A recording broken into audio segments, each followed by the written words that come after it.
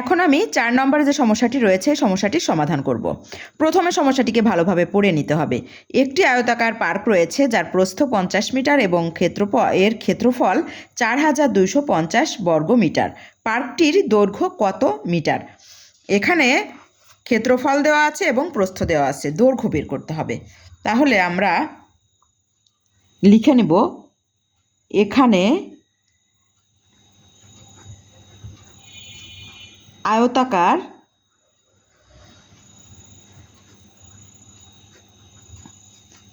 পার্কের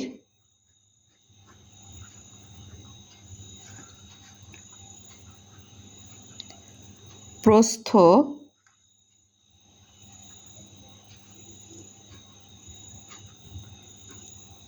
50 মিটার।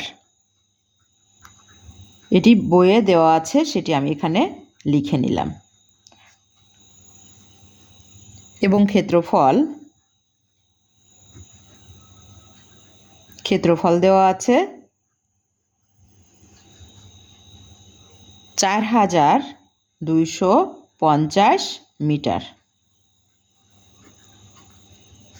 এখন আমাদের চেয়েছে হচ্ছে এখানে আয়তাকার পার্কের দৈর্ঘ্য। অতএব আয়তাকার পার্কের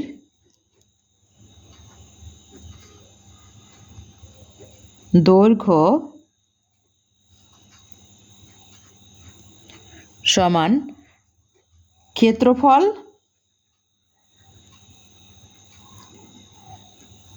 ভাগ প্রস্থ।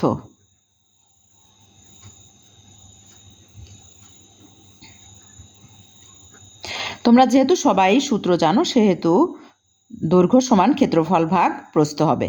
এখন আমরা মানটা বসিয়ে দেব। ক্ষেত্রফলের মান দেওয়া আছে এখানে 4250 মিটার। আর এখানে ভাগ প্রস্থ দেওয়া আছে হচ্ছে 50 মিটার। তাহলে শেষে আমি ব্র্যাকেট দিয়ে মিটার লিখব।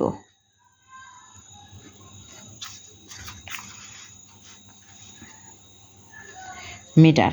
এখন আমি ভাগটি করে দেখব আমাদের কত দৈর্ঘ্য হবে, সেটি তাহলে বের হয়ে যাবে। 4250, একে আমি ভাগ করব হচ্ছে 50 দিয়ে। 5 8 40, তাহলে 400, 0 5 8 40, 400 হলো এখানে। এবার বিয়োগ করব 5 2, এবার পরবর্তীতে শূন্যটা এখানে পাশে কেটে নিয়ে আসবো। তাহলে এবার 5 5 25, হ্যাঁ 5 5 25, একটি শূন্য এখানে বসিয়ে দিলে 5 5 25। 50কে 5 দিয়ে গুণ করলে তাহলে আমাদের হচ্ছে 250। তাহলে এবারে মিলে গেছে শূন্য, তাহলে আমাদের হলো 85 মিটার। তাহলে অতএব